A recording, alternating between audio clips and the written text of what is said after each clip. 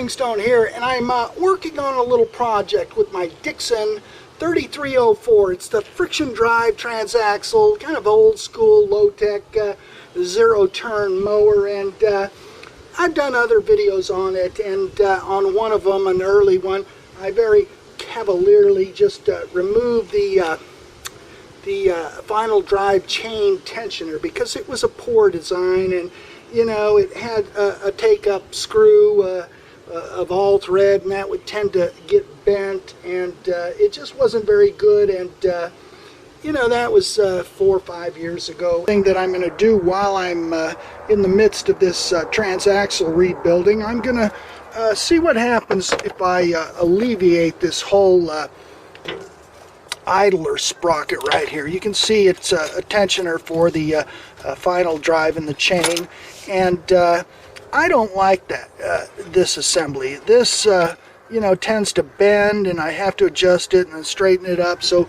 it's you know, perceived by me as kind of a weakness. Maybe it does have an important function. We'll see after I do it, and then you know, I may have to restore it, but I believe I can keep a straight direct drive. And the only thing I'm kind of wondering offhand is, after this is brought all the way up the deck, that is, with that adjustment right there, that handle, but if the chain will start to hit on the deck itself. I don't believe it is. And sure enough, without all that idler sprocket hardware in there, I took 2 links out, as you can see on the tire. I just popped out 2 links and put the master link back on there, and the chain is just fine. I don't need a half link or anything like that.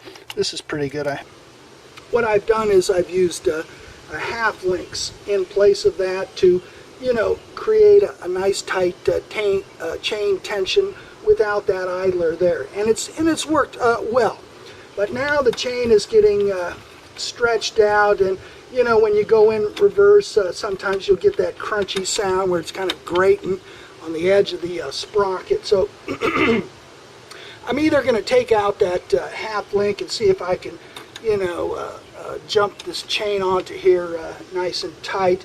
But if not, I'm going to use a different kind of an idler. These idlers I bought online, tax-free, free shipping maybe even, I think. They were $18.43 or some crazy price like that. They might have even come from China, I forget, directly from China to my mailbox, but they seemed well priced, and the design seemed pretty good. They're for like enduro motorcycles, you know, just to mount right under the chain and give you that take up there. And so, you know, I've looked at these, and they look like they'll do just fine. I might have to weld an extension flange out here to get 2 bolts right up under there, and I think it'll do great. And you can see how I'm using some of the cast-off parts as the flange. I traced out what I think will fit well on this flange right here, and add to it, because there's only one place for a bolt here, and so I've cut out a piece of the existing stuff. So I'll weld it across there and under and over, and I don't know, maybe even build up a little gusset coming down off here. Drill another hole here, because that's where all the tension is, back and forth, nothing lateral. I'm probably going to hit this with you know, quite a few amps, and I'm only set to about 13 CFH of argon. That might be a little low, but let's just do it.